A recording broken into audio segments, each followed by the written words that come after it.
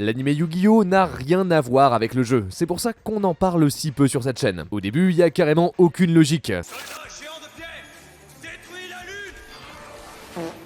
Et même plus tard, quand les personnages commencent à suivre les règles, l'anime les tord tout le temps pour servir l'histoire. Et c'est bien, ça crée une meilleure histoire, mieux vaut un bon animé qui s'en fout qu'un mauvais animé qui suit tout à la lettre. Sauf que nous, on n'est pas Yugi, on n'a pas l'âme d'un pharaon qui nous aide, il faut équilibrer. C'est pour ça que presque toutes les cartes de l'anime sont différentes chez nous. Certaines c'est juste quelques mots qui changent, mais sur d'autres on a carrément remplacé leur effet. Et heureusement, parce que ça c'est Ra, mais avec son texte de l'anime.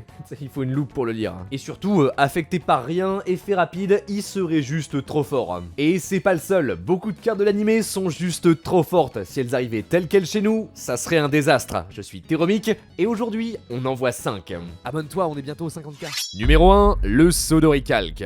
Dans la saison de Yu-Gi-Oh, Yugi et Kaiba affrontent Dartz, le dernier survivant de l'Atlantide. Pendant 10 000 ans, il a volé les âmes de millions de personnes avec cette carte, le Sodori Calque. Elle offre l'esprit du perdant en sacrifice pour le grand Léviathan. Bon alors déjà, en vrai, elle n'a pas de pouvoir mystique. Et heureusement. Parce que sinon, dans ce cas, arrêtez de jouer, fuyez le plus loin possible, vous êtes en danger. À la place, elle dit quand elle est activée, détruit tous les monstres invoqués spécialement que tu contrôles et tant qu'elle est sur le terrain, tu ne peux pas invoquer de l'extra deck. Tu ne peux activer qu'un seul Sodori Calque par duel, mais une fois par tour, elle résiste à la destruction et tous tes monstres gagnent 500 d'attaque. Finalement, tant que tu as au moins 2 monstres, ton adversaire ne peut pas attaquer le plus faible. C'est vraiment pas fou. En fait, c'est beaucoup trop de restrictions pour ce qui n'est qu'un boost de 500 d'attaque avec un peu de protection. Elle n'a jamais été jouée, mais dans l'anime, elle fait beaucoup plus de choses. Déjà, le plus bizarre, elle te permet d'utiliser des zones magie et pièges comme des zones monstres. Donc ça veut dire que tu peux théoriquement avoir 10 monstres sur le terrain en même temps. Mais surtout, elle n'est pas seule. Dans l'anime, Dartz l'améliore 2 fois. Elle devient d'abord le Deutéros Doricalque. Quand ton adversaire déclare une attaque, tu peux sacrifier un de tes monstres pour annuler l'attaque et détruire le monstre attaquant. Finalement, Tritos Doricalque qui annule toutes les magies et pièges qui pourraient affecter tes monstres. C'est nettement plus fort, surtout qu'avec, Dartz a tout un deck. Avec des monstres comme Gigas Doricalque. S'il est détruit, il revient sur le terrain et gagne 500 d'attaque. Une vraie galère de s'en débarrasser. Mais surtout, Gale le serpent divin. Attaque infinie, tant qu'il est sur le terrain, tu ne peux pas perdre le duel. Genre même si tes points de vie sont à 0, tant qu'il est là, t'es dans le jeu. C'est un peu fumé. Heureusement, en vrai, juste quand elle combat, son attaque devient égale à la plus haute attaque sur le terrain et l'attaque du monstre qu'il combat est divisée par 2, c'est tout. C'est toujours relativement fort, mais au moins comme ça, on risque pas de créer des situations impossibles. Par exemple, si tu invoques le guet de l'anime, mais que ton adversaire fait fille fantôme et cornouiller effrayant pour gagner l'attaque du monstre en points de vie. Est-ce que du coup t'as une infinité de points de vie? La plupart des différences entre l'anime et le TCG sont là pour éviter de briser les règles fondamentales du jeu. La plupart du temps ça marche, mais des fois c'est carrément impossible. C'est le cas de numéro 2, l'heure du jeu. Yu-Gi-Oh! GX est connu pour ses decks bizarres. Alors moi j'adore par exemple celui du professeur du dortoir jaune et son deck qui tourne autour de la bouffe. Je sais pas, je trouvais ça marrant. Mais de loin, le plus what the fuck, c'est celui de Bob Banter, avec son deck sur les jeux télé. Maintenant, je peux jouer l'heure du jeu.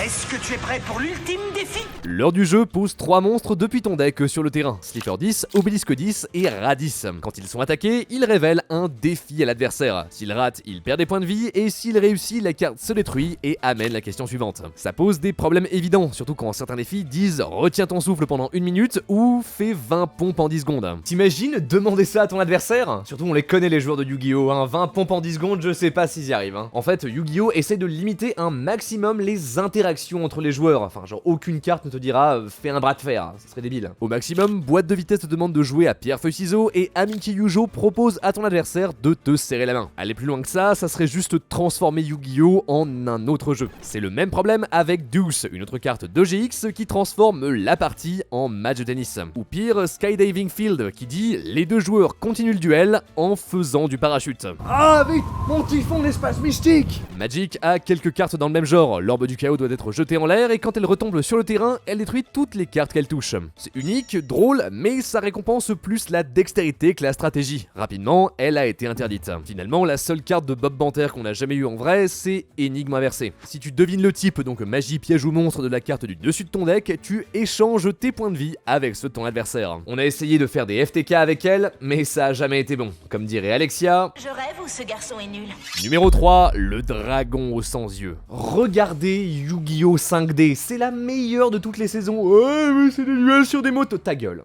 ta gueule. Il y a parmi les meilleurs personnages de toute la série, et l'un d'entre eux, c'est Kalin Kessler, le premier grand méchant. Il affronte Yusei avec ses infernités, des monstres qui gagnent des effets lorsque tu n'as plus de cartes en main. Et le boss du deck, c'est le dragon aux 100 yeux. J'invoque le monstre Sacrone Dragon sans Dieu.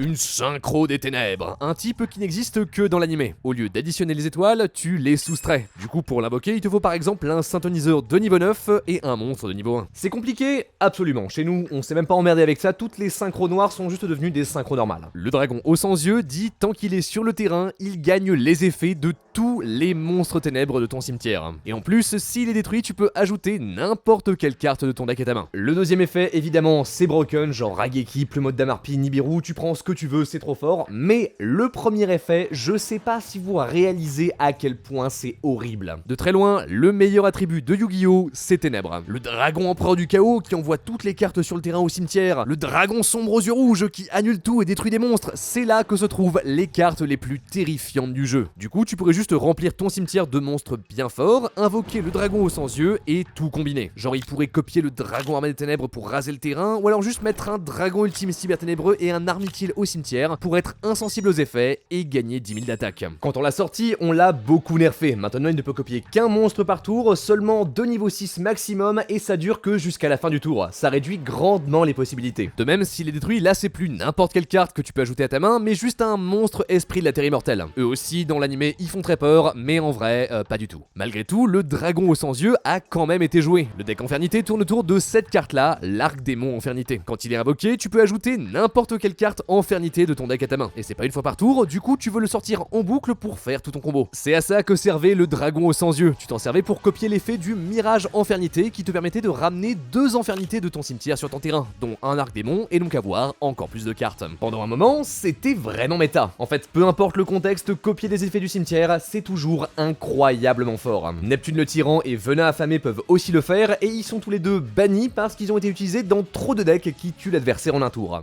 Numéro 4, le château de lierre d'entrave. Un des grands méchants de Yu-Gi-Oh! Arc 5, c'est Yuri. L'alter ego de Yuya, le héros, il vient de la dimension où tout le monde joue des fusions. Alors je peux pas vous expliquer Arc 5 parce que même moi j'ai rien compris. Alors lui son truc c'est les prédaplantes, un deck rempli de plantes carnivores qui font des fusions avec des monstres d'adversaires. Mais dans l'épisode 133, quand il affronte le père de Yuya, il active le château de lierre d'entrave. Tant qu'elle est sur le terrain, toutes les cartes de l'adversaire sont annulées et ces monstres ne peuvent pas attaquer. En plus, une fois par tour, tu peux lui infliger 800 points de dégâts pour chacun de ces monstres. C'est comme si on avait mine mystique, ordre impérial, décret royal, absorption de compétences et le chaudron du vieil homme, tous dans une seule et même carte. N'importe quoi. Alors dans l'animé, le père de Yuya s'en débarrasse en 3 minutes, mais en vrai ça serait juste trop relou de jouer contre ça. Puisqu'absolument tout sur ton terrain est annulé, tu ne peux pas t'en débarrasser avec un typhon ou un Plumode d'Amarpi. La seule manière de la détruire, c'est avec un effet de ta main ou de ton cimetière, comme Cyclone Galactique. Ça reste toujours galère, en fait la carte est juste pas fun, elle a pas assez de restrictions, elle est trop simple à sortir, elle ne doit jamais venir chez nous. Beaucoup de magies dans Yu-Gi-Oh! Sont comme ça. Le cercle du monde souterrain dit bannis tous les monstres sur le terrain et dans les decks de chaque joueur. Bah voilà, bah tu peux plus jouer quoi, bah super. Numéro 5, Zark, roi suprême. C'est le boss final de Arc 5, le dragon ultime qui surpasse tous les autres, insérés, superlatifs, machin, bref, c'est le grand méchant de la saison. Elle rassemble tous les types, normal, fusion, synchro, Xyz et pendule. Tous sauf les liens, parce qu'à l'époque ça existait pas encore. C'est ce qui la rend unique, c'est l'amalgame de toutes les dimensions. L'idée est sympa, mais elle pose aussi pas mal de problèmes dans les règles. Genre si c'est un monstre normal, pourquoi est-ce qu'elle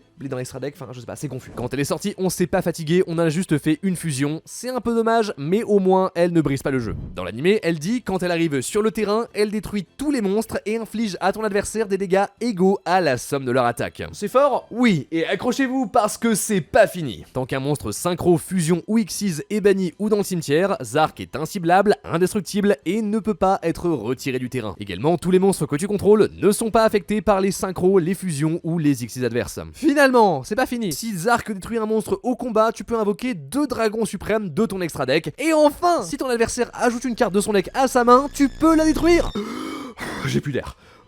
On sent qu'elle est là pour être trop forte. En fait, c'est juste un Globibulga d'effet ultra broken. En vrai, elle n'est pas impassable. Tu peux prendre 2 monstres de niveau 4 et faire Utopie l'éclair qui monte à 5000 et le détruire au combat, ou alors simplement tu peux le passer face verso avec un livre de l'éclipse et puis le sacrifier avec un kaiju. Mais bon, ça reste très dur et ça te demande des cartes bien spécifiques. Heureusement, en vrai, elle est un peu plus équilibrée. Quand elle touche le terrain, elle détruit toujours toutes les cartes adverses, mais au moins cette fois, elle n'inflige plus de dégâts. Elle reste inciblable et indestructible, mais cette fois, on peut quand même la faire quitter le terrain. Par contre, surprenamment, on a boosté son effet pendule. Tant qu'elle est traitée comme une magie, les fusions synchro et X6 de l'adversaire ne peuvent pas activer leurs effets. Mais ce qui l'équilibre vraiment, c'est ses conditions d'invocation. Pour la sortir, il te faut 4 dragons, une synchro, une X6, une fusion et une pendule. C'est beaucoup trop. Aucun deck ne peut assembler ça, et donc même malgré son effet incroyable, elle n'a presque jamais été jouée. Après, c'est en train de changer. Si tu payes la moitié de tes points de vie, l'âme du roi suprême l'invoque gratuitement, mais ses effets sont annulés. Et surtout, récemment, le booster Air du roi suprême vient de sortir avec toute une série de cartes qui facilitent l'invocation de Zark.